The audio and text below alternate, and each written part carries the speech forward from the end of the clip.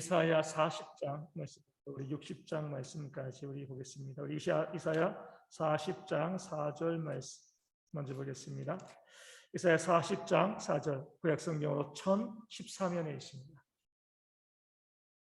이사야 40장 4절 말씀, 제가 말씀을 읽어드리겠습니다. 골짜기마다 도두어지며 산마다 언덕마다 낮아지며 고르지 아니한 곳이 평탄하게 되며 험한 곳이 평지가 될 것이요. 아멘. 우리 많은 사람들이 이제 이사야가 66장으로 되어 있으니까 우리 성경의 구조랑 똑같다 이렇게 많이 이야기합니다.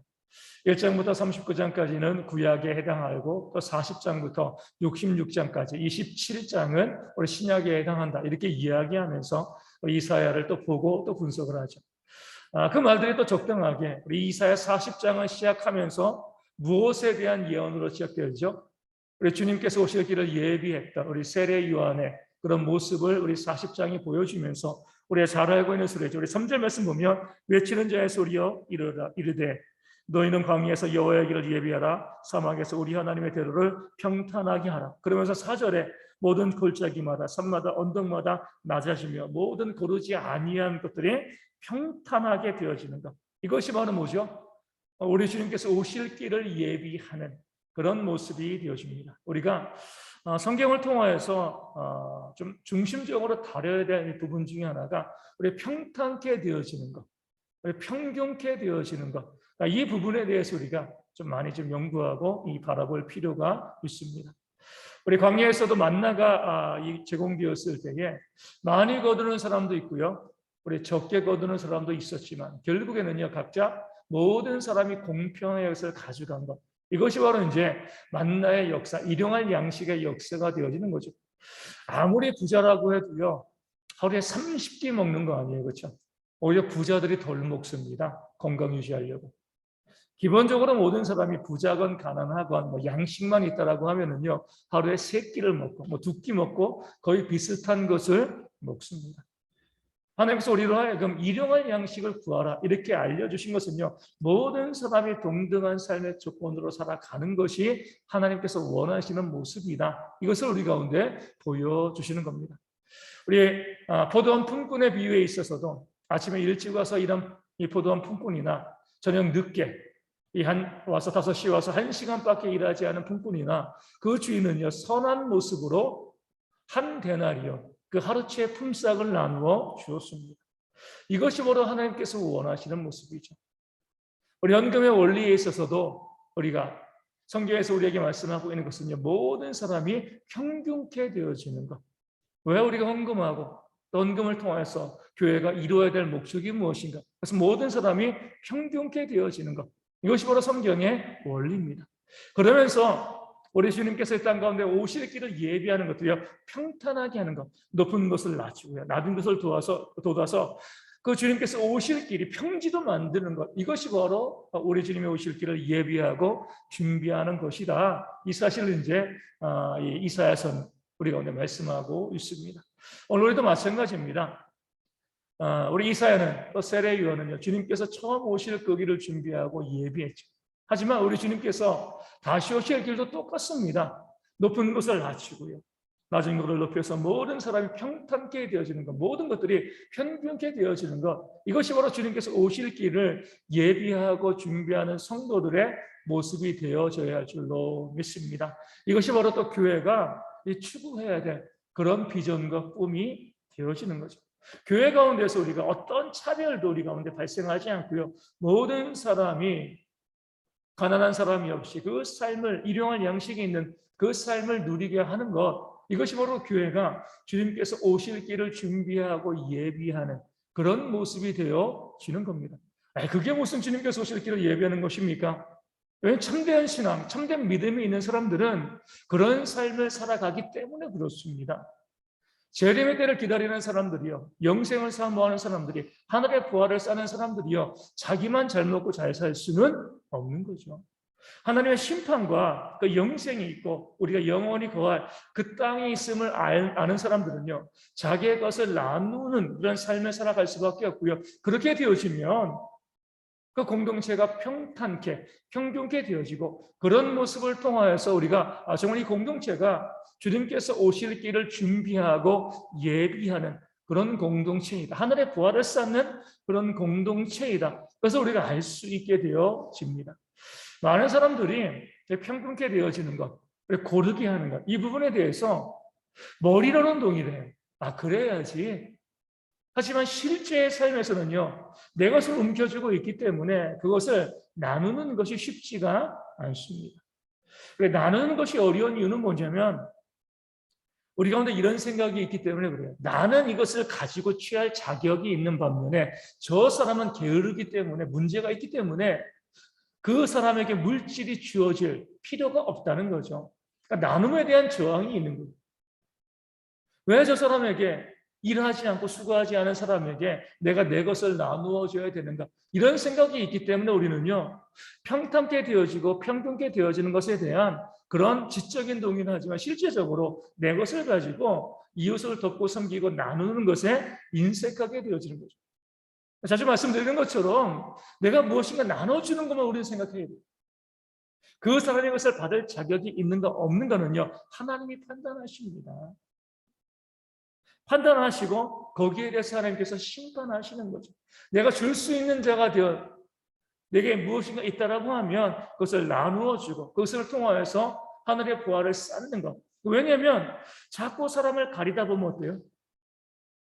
정말 예수님을 도울 수 있는 기회도 우리가 놓칠 수 있기 때문에 그렇습니다. 100명을 도와줬는데 99명은요 가짜예요. 도울 필요가 없는 사람이고 정말 한 명은 정말 도울 필요가 있는 사람이다라고 했을 때 우리가 분류하고 내가 구분하고 그 사람을 심사하게 되어지고 그 사람을 판단하게 되어지면요 100명 전부에게 우리가 아무것도 나눠줄 수가 없습니다. 그 한 사람 예수님을 온전히 섬기기 위해서 99명을 낭비할 수 있는 것. 어린 양 하나, 잃어버린 양 하나를 찾기 위해서 나머지 양들을 방치하고 다니는 그 목자처럼 그 한 양을 위해서 그 한 생명을 위해서 정말 필요한 한 사람을 위해서 기꺼이 필요하지 않는 사람들에게도 우리가 낭비할 수 있는 것이요 믿는 사람들의 모습, 신앙인들의 모습이 되어지는 겁니다. 그래서 우리가 교회는요 비효율적인 공동체예요. 우리 효율성을 따지면 아무것도 못합니다.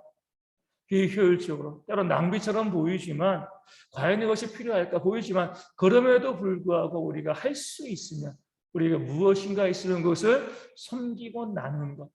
할 수 있으면 모든 사람들이 평탄하게 평균적으로 그 삶을 살아갈 수 있도록 하는 것이 정말 주님께서 다시 오실 길을 예비하는 그런 믿음을 가지는 성도의 모습임을 성경은 우리 가운데 보여주고 있습니다. 40장 8절 말씀 보겠습니다. 이사야 40장 8절입니다. 잘 알고 있는 우리 내용이죠. 우리 복음 성경에도 나와 있습니다. 푸른 마르고 꽃은 시드나 우리 하나님의 말씀은 영원히 서리라 하라. 아멘. 우리 이제 6절 말씀 보면 어때요? 육체는 풀이요 그의 모든 아름다운 들의 꽃과 같다. 그래서 풀과 꽃은요 그냥 길거리에는 그냥 풀과 꽃이 아니고 우리 육체예요, 그렇죠? 우리 육체가 자랑할 것들은 꽃이고 우리 육체는 풀인 거죠. 이 모든 것들은요 결국 마르고 시들 수밖에 없습니다. 하지만 하나님의 말씀은요 영원히 서 있는 거죠. 하나님의 말씀이 우리의 육신 보여지는 모든 것보다 더 가치가 있다는 것을 우리 가운데 말씀하고 있는 거예요. 더 가치가 있으면 어떻게 해야 돼요? 말씀을 안 읽을 수가 없죠, 그렇죠? 우리 집에 돈 있으면 집에 막 돈을 그런 분들 아무도 안 계시겠지만 요즘에 이제 우리 좀 부자들이 그런데요. 은행에서 돈을 찾아가지고 그것도 이제 현금 인출기로 은행에서 돈을 많이 찾으면 다 추적되니까 그냥 현금 인출기로 조금씩 찾아가지고 집에 금고 만들어 놓고요. 금고에 집어넣는데 그럼 우리 상속세 안 내는 거잖아요. 그렇죠? 또 자녀들이 그걸 갖다 써도요. 자녀들 돈인 줄 아는 거거든요. 그렇게 이제 집에 창고에 금고에 돈이 가득 쌓여 있으면 우리 어떨 것 같아요? 돈 쌓아놓고 잊어버릴까요? 맨날 보고 싶을 거예요, 그렇죠? 얼마나 있나, 얼마나 있나. 보면서 마음이 좀 흐뭇해지는 거죠. 아, 돈이 있어 보였어. 우리 집이 있으면, 좋은 집이 있으면 그 집을 늘 보고 또 가꾸고 그 집 때문에 마음이 흐뭇해지는 거죠. 내가 중요하게 생각하는 것이 있으면은요, 자꾸 보고 싶은 거예요. 그렇기 때문에 우리 이제 연애하는 사람들이 서로 보고 싶고, 너무 보고 싶다 보니까 결혼하는 거잖아요. 그렇죠? 같이 계속 보고 살기 위해서 결혼하는 겁니다. 그러니까 좋아하고 사모하고 중요하게 여기는 것은요, 자꾸 보고 싶어집니다. 그래서 우리가 항상 많은 분들이 말씀이 너무나 중요하죠. 말씀이 정말 귀해요. 물어보는 거죠. 말씀 얼마나 보고 계세요? 중요하다면 봐야죠. 그렇죠? 중요하다라고 이야기하고도 안 보면은요, 나 당신 사랑해 라고 하면서 1년에 한 번 얼굴 보는 거, 이거와 다를 바가 없는 거예요. 사랑하면 매일이라도 보고 싶은 거잖아요. 중요하다는 것의 의미는요, 가치 있다는 것은요, 자주 본다는 거예요. 주의 말씀을, 물론 이제 우리 어르신들 같은 경우 보면 말씀을 보고 싶어도 못 봐요. 눈이 안 좋아졌기 때문에 보고 싶어도 못 봐요.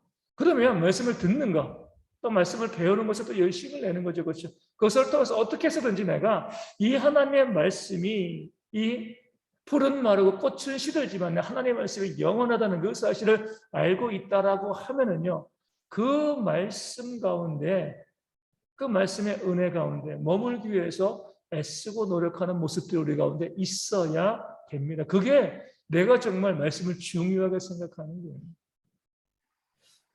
이 하나님의 말씀이 참 위대한 게 그거죠. 진리가 말씀 가운데 아주 명백하게 드러나 있지만 그 진리가 우리 가운데 들어오는 것은 쉽지가 않습니다. 우리 모든 사람들이 그러잖아요. 부모님의 중요성을 알고 있다고 하지만 언제 그 중요성을 알아요? 돌아가시고 나면. 머리로는 알고 있지만 정말 부모님이 얼마나 귀한 존재인가 깨달아 아는 데는요, 상당히 많은 시간이 필요합니다. 말씀도 마찬가지인 것 같아요. 말씀이 중요하다라고 알고 있지만 그 말씀을 읽고 또 읽고 또 읽고 또 읽고 그렇게 하게 되었을 때에 말씀에 어떤 것이 정말 중요한 것인가? 말씀에 어떤 것이 정말 우리에게 힘이 되어지는가? 그러니까 점점 그것을 알게 되어지는 거죠. 계속 하고 읽고 또 연구하고 바라보고 바라볼 때마다 그 말씀이 우리 가운데 주는 그 진수, 가치를 우리가 경험하게 되어지는 겁니다. 저도 이제 50이 넘어가지고 참 오랫동안 말씀을 보고 말씀을 좀 알고 있다라고 생각했는데 요즘 들어서 말씀에 내가 너무나 놓친 부분들이 참 많이 있다. 우리 시편 보면 그런 말씀 있잖아요. 우리 이제 보면 하나님의 선하심이 인자하심이 영원하다. 이게 계속 반복돼요. 이제 어떤 시편을 보면 지겨워 이게. 굳이 뭐 똑같은 말을 그냥 계속 반복할 이유가 무엇이 있는가? 요즘 제가 나이가 50 넘으면서 하나님의 인자하심과 긍휼과 자비가 모든 말씀의 핵심이라는 사실을 이제야 깨닫게 되었어요. 모르는 말씀은 아니었거든요. 하나님은 인자하시지, 하나님 자비하시지. 근데 느껴지지 못했어요. 왜 느껴지지 못했냐면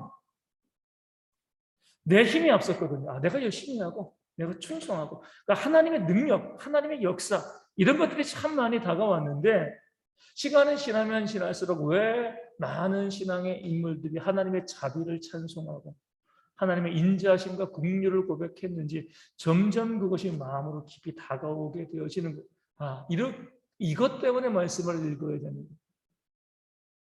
말씀을 끊임없이 보고 말씀이 눈앞에 펼쳐져 있고 다 알고 있지만 그것을 끊임없이 묵상하고 바라보지 않으면요 머리에 있고요 삶에 전혀 말씀에 연결되어지지 않습니다.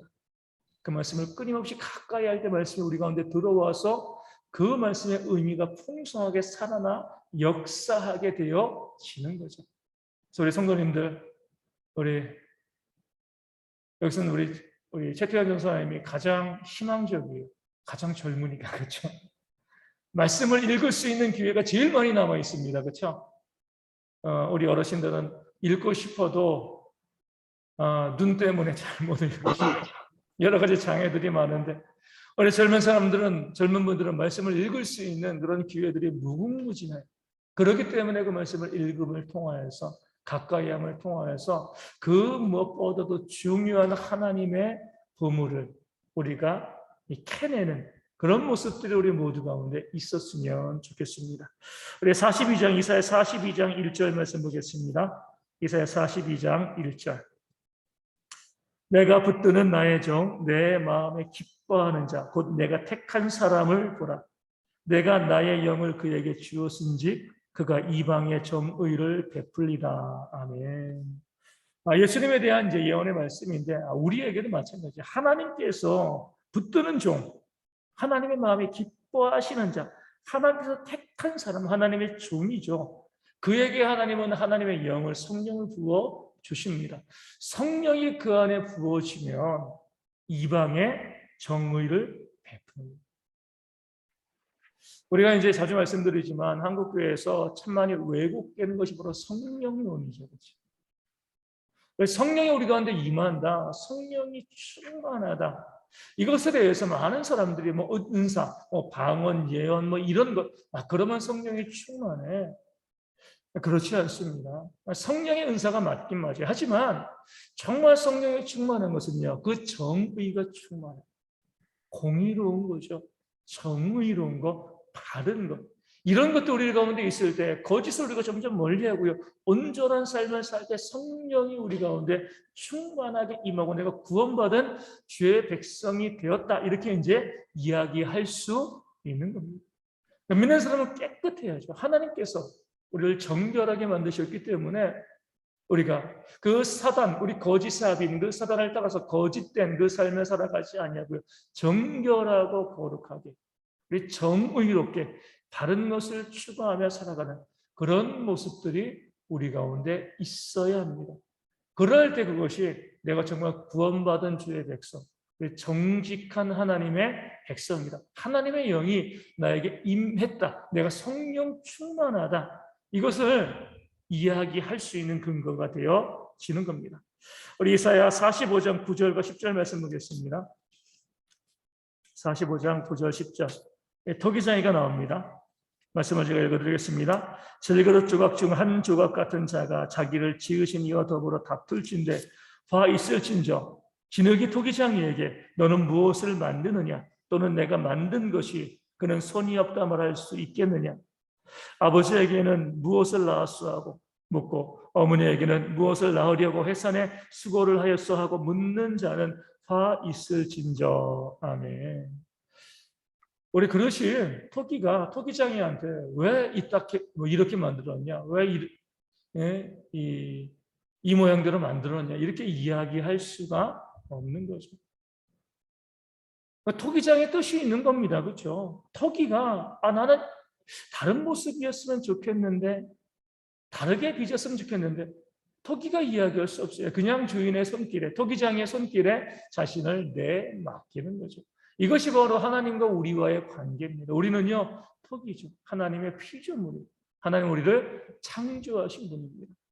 그렇기 때문에 우리가 하나님 나 왜 이렇게 만드셨습니까? 좀 더 좋은 나라에 태어나게 하시지 왜 대한민국에 태어나게 하시고 좀 더 좋은 부모님 집에서 부자인 부모님 집에서 태어나게 하시지 왜 우리 가난한 부모 밑에서 태어나게 하시고 왜 백인으로 왜 또 흑인으로 또 왜 황인종으로 우리를 뭐 태어나게 하신 이렇게 우리가 하나님에 대해서 원망하고 불평하고 왜 이렇게 일하시냐 왜 이렇게 역사하시냐 하나님의 일들에 대해서 우리 감나라 우리 배추나라 이렇게 이야기하는 것 이런 것은요 어리석은 거죠. 하나님께서 우리 가운데 행하시는 모든 것에는요 뜻이 있습니다. 집에서도 보면 정준이와 또 저를 쭉 보면은 제가 정준이에게 하는 것은 뜻이 있는 거죠. 근데 아이는요 모르죠. 그래서 뭐예요? 아빠 이렇게 하면 안 되지. 항상 그래요. 아빠 이렇게 하면 잘못한 거야. 이렇게 하면 문제야. 아빠 이렇게 하면 안 돼. 자기가 선생님이에요. 그렇죠? 부모는 알잖아요. 그렇게 하면 안 되는 거 알거든요. 근데 자기가 봤을 때는 그렇게 해야 되는 거예요. 부모는 어때요? 그냥 큰 문제가 아니면 그래 네가 맞아 이렇게 넘어가 주는 것이지. 그렇다고 자녀가 부모를 가르칠 수 없어요. 왜냐하면 부모가 더 많은 것을 알고 있기 때문에 그렇습니다. 같은 사람끼리도 그걸 알지인데 우리가 하나님께 어떻게 원망하고 불평할 수 있겠습니까? 내 삶에 정말 내가 원하지 않는 많은 일들이 다가올 수 있어요. 그렇다고 해서 내가 하나님을 원망하고 불평하는 것, 이것은요 내가 하나님 앞에 교만하게 지음을 받은 존재가 지으신 분에게 그 뜻을 헤아리지 못하면서 우리가 대드는 거죠. 우리 말씀에 뭐라고 나와 있어요? 하늘이 땅에서 먼 것처럼. 우리의 생각과 하나님의 생각은요 비교할 수가 없습니다. 왜 대표적으로 요셉을 볼 수 있잖아요. 꿈꾸는 자였는데 형들에게 죽임을 당할 뻔하다가 간신히 생명을 구하고 애굽의 노예로 팔려가고 거기에서 열심히 살았는데 또 모함받아가지고 정결하게 살려고 하다가 또 감옥에 들어가게 되죠. 하나님께 얼마든지 원망하고 불평할 수 있지만 요셉은 그러지 않았습니다. 늘 하나님과 동행하였죠. 그렇게 하나님께서 요셉을 그 나락과 나락으로 인도하신 건 뭐예요? 나중에 그 나이 30세에 그를 애굽의 총리로 세우시고 그의 가족들을 다 애굽 땅으로 인도하시기 위한 하나님의 계획과 뜻이 있었습니다. 그래서 우리가 항상 이렇게 보셔야 돼요. 우리의 이성은요, 우리의 생각과 판단은요, 지금 이해될 수가 없습니다. 나중에 왜 하나님께서 그렇게 하셨는가? 우리 어르신들은 아마 그런 것들 많이 경험하실 거예요. 그 당시에는 이해가 안 가죠. 하나님, 나를 왜 이렇게 이런 길로 인도하시고 왜 이런 길로 가게 하셨는가? 그 당시에는 이해가 안 되는데 나중에 보면 어때요? 이런 뜻이 있었구나. 물론 어떤 것들은요, 죽을 때까지도 그 하나님의 뜻을 알지 못하는 경우들도 있습니다. 하지만 우리가 고백해야 될 것은 하나님께서 우리에게 뭐예요? 늘 가장 좋은 것, 가장 선한 것으로 우리 가운데 역사하신다는 거죠. 사도 바울은 자신의 몸에 있는 육체의 가시, 이 사단의 사자라고까지 했잖아요. 안질인지 간질인지 잘 모르지만 많은 사람들이 간질이라고 생각합니다. 얼마나 사도 바울의 입장에서는 그 당시에서 이 부끄러운 질병이죠. 복음을 증거하다가 갑자기 거품 물고 쓰러지면요, 사람들이요 그 복음을 듣겠습니까? 우리 성경에도 이런 이 말씀이 있잖아요. 그 당시 속담을 가지고 의원아 내 병을 먼저 고쳐라. 자기 병도 못 고치면서 남에게 병 고치고 능력을 행할 수가 없는 거죠. 사도 바울이 열심히 복음을 증거하는데 그 몸에 있는 육체의 가시, 그 사단의 사자가 그 복음 증거에 이 걸림돌이 되어지는. 그렇기 때문에 사도 바울은 3번이나 하나님께 이 육체의 질병, 이 육체의 가시를 없애달라고 기도했잖아요. 근데 하나님께서는요, 뭐라고 말씀하신 거예요? 너도 너무 자고하지, 교만하지 않다. 내 은혜가 내게 족하다. 하나님에게는 뜻이 있습니다. 인간의 생각으로는요, 그거 없으면 정말 좋을 것 같은데 하나님에게는 다 뜻이 있는 거죠. 우리도 마찬가지예요. 육신의 질병이 있을 수도 있고요. 가정의 문제도 있을 수 있고 여러 가지 많은 어려움들이 우리 가운데 닥칠 수 있죠. 이것만 없으면 얼마나 좋을까? 왜 하나님께서는 이 어려움들을 나에게 이렇게 주셨을까? 하나님 너무하시다라고 생각하지만 하나님의 입장에서 우리 가운데 불필요한 것들 하나도 주신 것이 없습니다. 거기에 대한 믿음이 진짜 믿음입니다. 내게 주신 모든 상황들과 모든 것들이 하나님 보시기에 뜻이 있고 합당하다라고 바라보는 것. 이것이 우리의 믿음과 신앙의 고백이 되어 지어야 할 줄로 믿습니다. 우리 48장 22절 말씀, 이사야 48장 22절, 제가 아주 많이 묵상하는 말씀입니다. 48장 22절 말씀 읽어드리겠습니다. 여호와께서 말씀하시되 악인에게는 평강이 없다 하셨느니라. 아멘. 이게 바로 구원의 문제, 중요한 문제. 근데 많은 세상 사람들도 그러고요. 또 많은 청년들이 고민하고 이야기하죠. 왜 하나님 안 믿는데 저렇게 잘 돼요? 안 믿으면 악인이잖아요, 그렇죠? 악한 일을 해서 악인이 아니에요. 안 믿으니까 악한 일을 할 수밖에 없고 또 악인이 되어지는 겁니다. 우리는요, 믿기 때문에 선한 일을 하게 되어지고 그래서 또 선한 사람이에요. 그러니까 선한 사람이기 때문에 믿음으로 선한 사람이 되었기 때문에 선한 일을 하는 겁니다. 그러니까 내가 노력해서 선한 사람이 되어지는 것이 아니라 하나님께서 나를 그렇게 만들어 주시고 이끌어 가시는 거죠. 안 믿는 사람들은요, 죄가 그들 가운데 있기 때문에 악인이기 때문에 죄를 지을 수밖에 없는 거예요. 문제는 뭐냐면 잘 믿고 선하게 살아가는 사람의 삶에 고난과 어려움과 아픔이 있을 때가 많다는 거예요. 반면에요, 악한 자들은요, 욥도 이야기한 것처럼 이 땅에서도 잘 먹고 잘 살고 또 죽을 때도 잘 죽어요. 그럼 사람들은 하나님의 심판이 어디 있습니까? 하나님의 공의가 어디 있습니까? 이렇게 이야기하죠. 목사님들은 항상 또 이렇게 많이 이야기해요. 최후의 심판. 물론 맞습니다. 그렇죠? 마지막 하나님의 심판대 앞에서 하나님께서 그 공의롭게 판단을 하실 거예요. 그럼 이 땅 가운데에서는 하나님의 심판이 없는가? 이 땅에서도 있는 거죠. 평강이에요. 평강이죠. 믿음이 있는 사람들은 아무리 사망의 음침한 골짜기를 다닌다 할지라도 아무리 힘들고 어려운 삶의 문제가 있다 할지라도 뭐예요? 거기에 평강이 있습니다. 세상이 줄 수 없는 평화를 주님께서 주신다고 약속하셨거든요. 반면에 악인은요, 좋은 집에서 좋은 차 굴리면서 뭐 온갖 그 삶을 다 누리며 살아도 그 마음 가운데 평강이 없어요.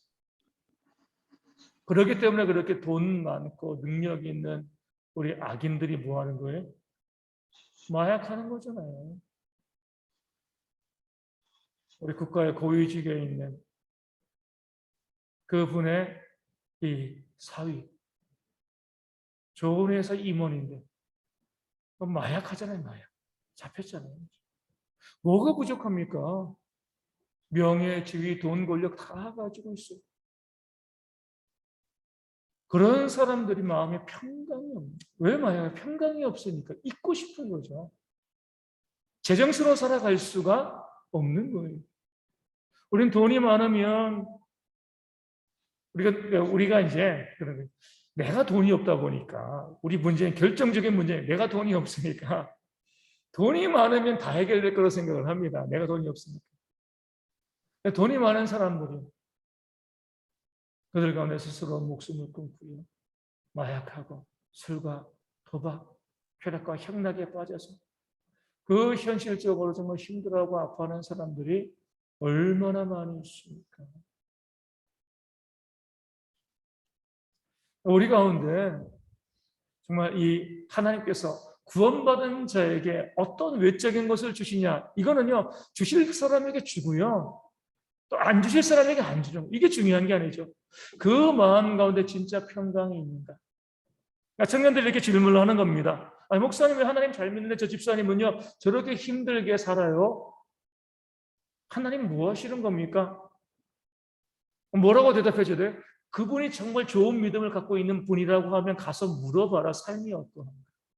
평강이 있는 거 없는 가 겉으로 어떤 모습 가지고 따지지 말고 정말 우리가 봤을 땐 참 비참하고 힘들고 또 어렵게 살아가는데 그 삶의 평강이 있는지 없는지, 기쁨이 있는지 없는지 한번 가서 물어봐라. 그럼 답이 나오는 거죠. 자주 말씀드리지만 우리 요즘은 제가 뭐 극동 방송 잘 못 들어요. 근데 이제 예전에 우리 뭐 차량 운행 많이 할 때는 많이 들었죠. 이 3만 원 후원하시는 그 할머니, 매월 3만 원 후원. 집에 찾아갔더니 밥이랑 그냥 맨밥이랑 김치 이것만 드시고 있는 거죠. 이 방송사에서도 민망한 거예요. 아니 이렇게 본인도 드시지 못하면서 무슨 후원을 하시냐고. 근데 그 할머니 이제 라디오니까 그 방송에서 이렇게 어려운데 어떻게 후원을 하시냐고 물어봤을 때에 그 할머니가 대답하기 전에 정말 기쁘게 웃는 그 웃음소리가 아직도 머리에 계속 맴돌아요. 웃으면서 이렇게 이야기하는 거죠. 6.25 때도 살아남았는데 남들이 봤을 때는 참 비참해 보이는 거야. 아니, 저렇게 자기도 그냥 반찬도 없이 저렇게 힘들게 저렇게 살아가면서 무슨 남을 도와? 무슨 남을 후원해?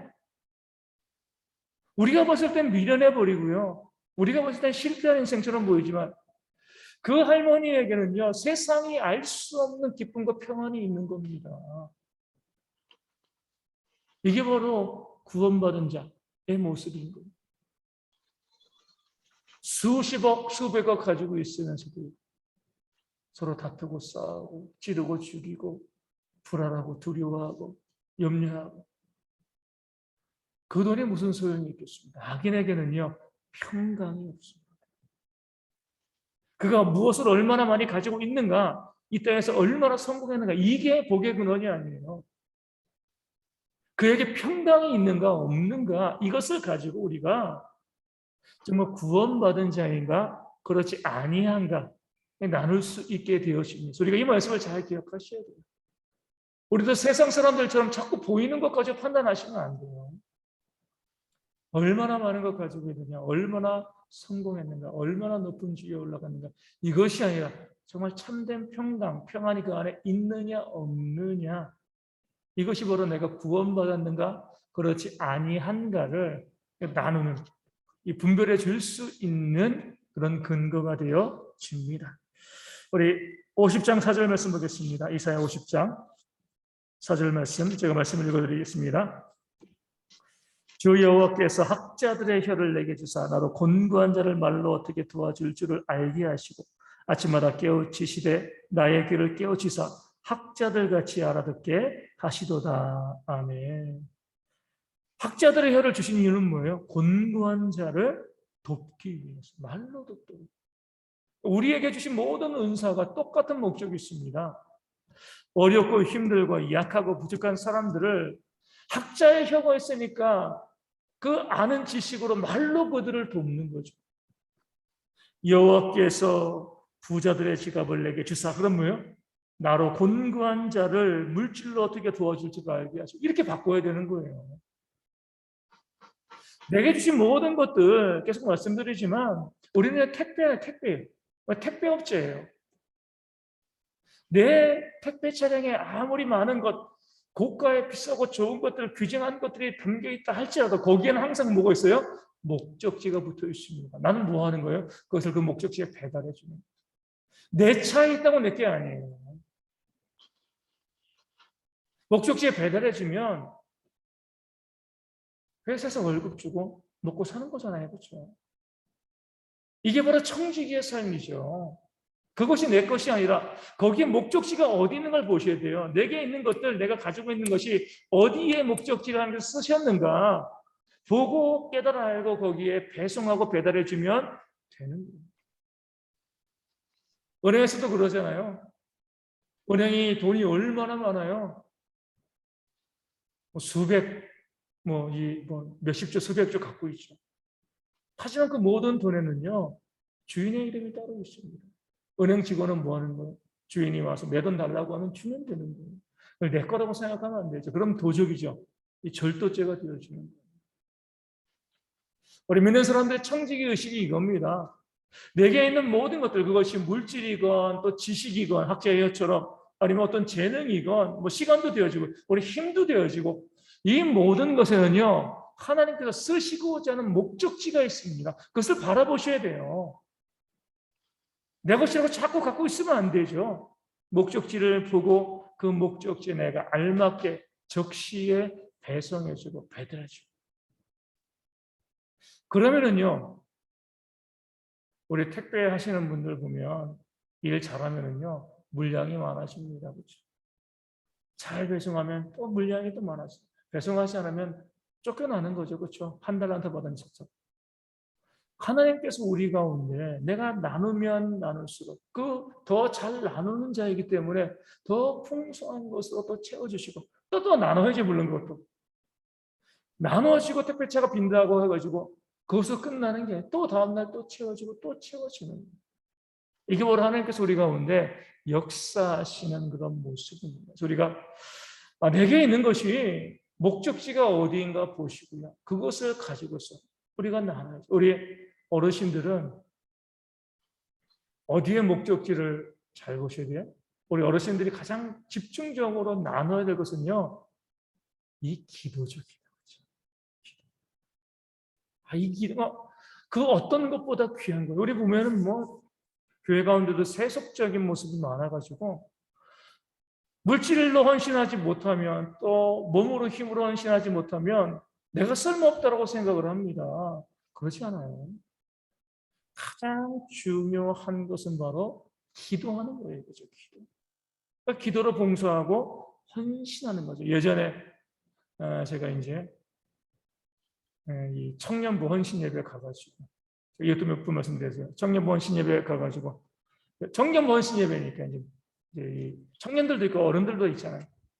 물어본 거예요. 이 교회에 비전, 미래가 누구에게 있습니까? 그러니까 뭐 청년부 헌신 예배니까 청년들이 이렇게 대답을 하죠. 청년부 헌신 예배 아니라 할지라도 뭐 청년들의 주일학교 이렇게 이야기하잖아요. 교회 미래니까. 그럼 제가 물어봤어요.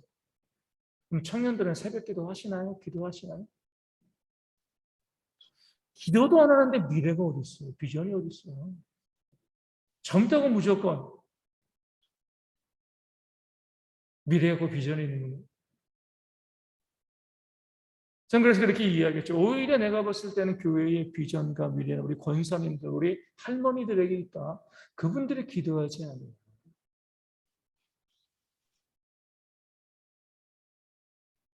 그러니까 기도가 그만큼 중요합니다. 그래서 내게 있는 거, 난 뭐 돈도 없어, 힘도 없어, 뭐 재능도 없어. 아니, 우리 가운데 있어. 우리가 하나님의 교회를 위해서 헌신할 수 있는 귀한 것들이 참 많이 있습니다. 이것을 가지고 우리가 우리 성도들의 이름을 불러가면서 중보하며 기도하고 그것이 지금 이 교회를 세워가고 있는 거예요. 헌금 누가 많이 해서 교회 봉사 많이 해서 그것 때문에 교회가 세워지는 거 아닙니다.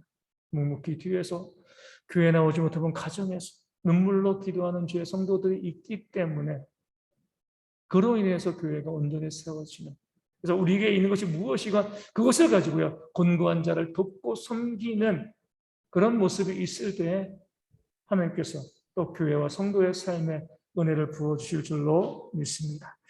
우리 56장 7절 말씀 보겠습니다. 우리 예수님께서 인용하신 말씀이죠. 이사야 56장 7절. 내가 곧 그들을 나의 성산으로 인도하여 기도하는 내 집에서 그들을 기쁘게 할 것이며 그들의 번제와 희생을 나의 제단에서 기꺼이 받게 되리니 이는 내 집은 만민이 기도하는 집이라 일컬음이 될 것임이라. 아멘. 예수님이 언제 이 말씀을 사용했어요? 성전에서 장사하는 자들, 이익을 구하는 자들, 그들의 상을 엎으시면서 내 집은 만민이 기도하는 집이라 일컫지 아니하였느냐. 오늘 그와 같은 일들이 교회 가운데 벌어지고 있죠.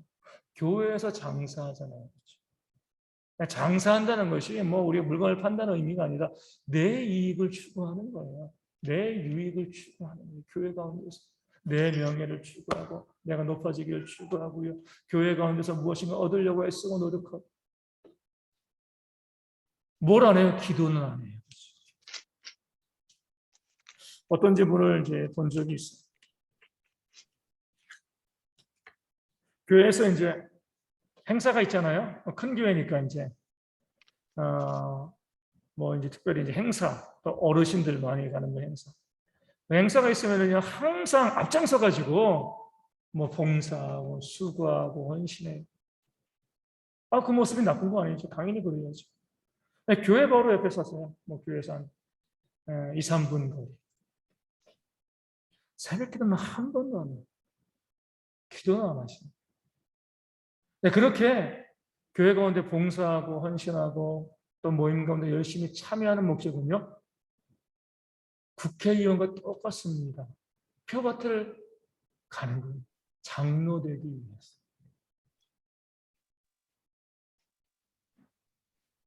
장사하는 거죠. 그렇죠. 하나님 앞에 영적으로 나와서 기도하고 부르짖어야 되는데 참 주님께서 내 집은 만민이 기도하는 집이다 이렇게 말씀하셨는데 참 이 안타까운 것은요, 자신의 이 마땅히 기도해야 될 성도들도 기도하지 않는 그것이 오히려 교회가 되어지지 않았습니까? 우리 대형교회 교인들 가운데 기도하는 그런 성도들이 얼마나 될까요? 집이나 가정이. 기도하는 성도들이 많아지는 것만큼 교회는요, 온전히 세워집니다. 기도하는 성도들이 없으면요, 교회는 무너지게 되어 있습니다. 오늘도 이제 이런저런 일들이 있어가지고 또 이제 우리 교단에 있는 어떤 목사님이랑 같이 통화하면서 좀 마음 아프고 또 힘들고 또 어려운 그런 일들이 있었어요. 왜 이런 일들이 자꾸 우리 가운데 벌어질까? 왜 그런 일이 벌어요? 목사님들이 기도 안 해요.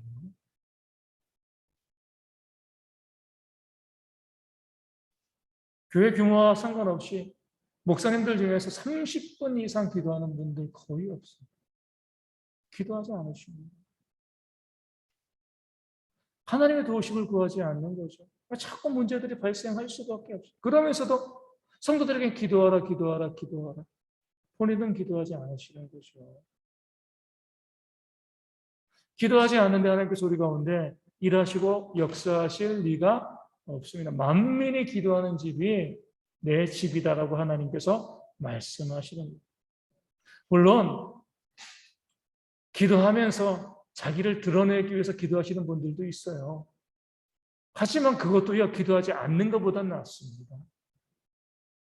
그래서 우리가 이 시대를 위해서 기도하시되 우리 성도님들 이 시대의 영적인 리더들이 정말 기도에 힘쓰는 자들 되어질 수 있도록 이 땅에 있는 전 세계 있는 모든 목회자들이 모든 선교사님들이 모든 주의 일꾼들이 정말 하나님 앞에 뜨겁게 기도하는 그 기도가 회복되어질 수 있도록 우리가 기도하실 때 그것이 또 우리의 또 살 길이 되어지는 줄로 믿습니다.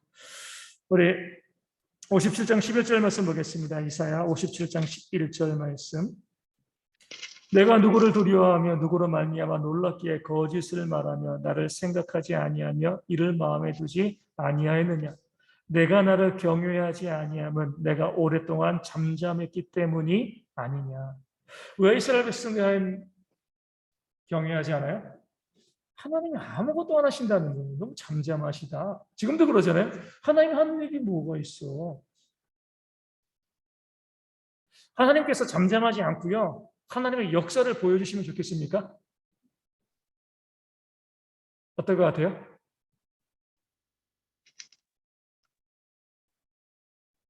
우리가 하나님께서 그냥 지금 막 나타나셔가지고 뭐 하나님의 살아계신다 능력과 역사를 계속 보여주시면 좋겠어요? 좋지 않겠어요? 우리 김우호 원사님? 네, 좋지 않습니다. 네, 그럼 다 죽어요. 네. 하나님의 길이 참으심에서 성경은 무엇이라고 말씀하고 있어요? 우리를 향해서 오래 참으신다고 그랬어요. 하나님께서 하나님의 역사를 우리 가운데 보여주신다고 하면 그 공의로운 하나님께서 우리 가운데 나타나시면은요, 우리가 그 앞에서 살 수가 있겠습니까? 살 수가 없어요. 우리가 생각하기에 하나님도 말씀이 알려지는 거죠. 내가 왜 잠잠한지 너희가 아냐. 너희의 악행을 내가 참고 오래 참기 때문에 가만히 있는 것이지. 너희는 하나님 나타나셔가지고 하나님 살아계신 거 보여주세요라고 이야기하지만 그렇지 않으면 하나님 아니십니다라고 이야기하지만 내가 나타나면 너희는 다 죽어. 어떠한 이제 우리 아는 목사님이 국문과 출신이에요. 국문과들은 말장난을 많이 해요. 이렇게 이야기하죠. 우리 예전에 그런 말이 있었던 것 같아요. 가만히 있으니까 가만히로 보이냐. 보자 하니까 보자기로 보이냐. 이렇게 이제 이야기. 가만히 있고 보자. 참는 거죠. 그렇죠? 우리 다들 경험하셨잖아요. 자녀들 아직도 많이 참고 계시죠. 그렇죠? 자녀들. 아무것도 안 하는 것처럼 보이지만 그것이 참고 있는 거예요. 참고 있는 거예요. 왜 여호와께서 잠잠하십니까? 하나님이 역사하시면 누가 살아남을 수 있겠어요? 우리가 선하게 행하고 역사한 부분에 대해서 하나님 상 주시고요, 역사하시면 좋겠습니다. 선한 것만 있습니까? 악한 게 얼마나 더 많아요. 하나님께서 우리 가운데 눈에 보이게 상을 주시려면요, 공의로우신 하나님이시기 때문에 눈에 보이게 벌도 주셔야 돼요. 그럼 죄가 더 많은데 누가 살아남을 수가 있겠습니까? 하나님의 살아계심, 역사하심을 보여달라고 이야기하면서 하나님을 조롱하면서 어리석은 거예요. 내가 잘나고 내가 잘하고 있고 내가 문제가 없다라고 착각하기 때문에 이런 거죠. 오늘도 저도 그래요. 지금은 이제 많이 이제 저도 교만해진 것 같아요. 예전에 말씀드린 것처럼 전도사일 때는 정말 이 말씀을 증거하러 단위에 올라갈 때마다 내가 이 말씀을 증거하다가 약간 이제 이 그리스 로마 신화적인 상상력이지만 하나님의 번개를 맞지는 않을까. 두려운 거죠. 내가 정말 이 말씀을 증거하는데 말씀을 증거할 자신이 있는가? 자격이 있는가? 자신보다 자격이 있는가? 그런 두려움이 있었던 거예요. 그래서 우리가 최고의 설교는 뭐예요? 저도 못하고 있습니다. 어떻게 설교하는 거냐면 죽어가는 자가 죽어가는 사람에게 하는 설교예요. 마지막, 오늘 이 설교가 나의 마지막 설교, 듣는 사람들 마지막 설교라는 거예요. 매 설교 때마다 그래요. 실제로 그러잖아요. 내 설교 듣고 그 중에 생을 마감하시는 분이 있을 수 있어요. 죽어가는 자가, 나도 죽고 죽어가는 자들에게 하는 그런 설교. 이것이 바로 하나님께서 우리 가운데 원하시는 그런 설교의 모습. 그러니까 하나님에 대한 두려움이 있는 거죠. 그렇죠? 그 두려움을 가지고 우리가 말씀을 증거하고 또 선포하고 하나님께서 우리 가운데 길이 참으심에 대한 그 감사를 가지고 내가 이렇게 부족하고 이렇게 연약해도 나를 길이 참고 용납하신다. 거기에 대한 또 감사가 우리 가운데 있어야 할 줄로 믿습니다. 네, 마지막으로 58장 6절에서 12절까지인데 우리 6절, 7절 말씀만 보겠습니다. 58장 6절, 7절. 내가 기뻐하는 금식은 흉악의 결박을 풀어주며 멍에의 줄을 끌어주며 압제 당하는 자를 자유하게 하며 모든 멍에를 꺾는 것이 아니겠느냐. 또 줄인 자에게 내 양식을 나누어 주며 유리하는 빈민을 집에 들이며 헐벗은 자들을 보면 입히며 또 내 고립을 피하여 스스로 숨지 아니하는 것이 아니겠느냐. 아멘. 많은 이스라엘 백성들이요 금식을 자랑했어요. 금식을 논쟁했습니다. 우리가 이렇게 하나님을 잘 섬기고 있어. 뭘 원했어요? 이웃을 향한 사랑이 없었죠. 하나님께서 원하시는, 하나님께서 금식을 부정하는 거 아니에요. 안식일을 부정하는 거 아니죠. 제사를 부정하는 거 아니죠. 우리가 정말 구원받은 백성이라고 하면 흉악의 결박을 풀어주고요. 멍에의 줄을 끌어주고 압제당하는 자를 자유하게 합니다. 모든 멍에를 꺾는 것, 줄인 자에게 나의 양식을 나눠주고 유리하는 빈민을 집에 들이고 헐벗은 자를 보면 입히고 골육을 피하여 스스로 숨지 않는 것. 이것이 바로 하나님께서 원하시는 참된 성도와 신앙의 삶이 되어질 줄로 믿습니다. 어렵죠? 하지만 내가 구원받았기 때문에 말로만 목사고 교회 일꾼이고 내가 하나님을 얼마나 잘 섬기고 있는가 애쓰고 노력하고 이것만이 아니라 내 주변 이웃을 내 자신처럼 사랑하는 그런 모습이 있을 때 그것이 바로 진짜 신앙 행위라는 거예요. 예배 중요하면 예배를 부정하는 거 아니죠. 예배 중요해요. 나와서 예배하시고요. 봉사하고 헌신하고 전도하고 선교하셔야죠.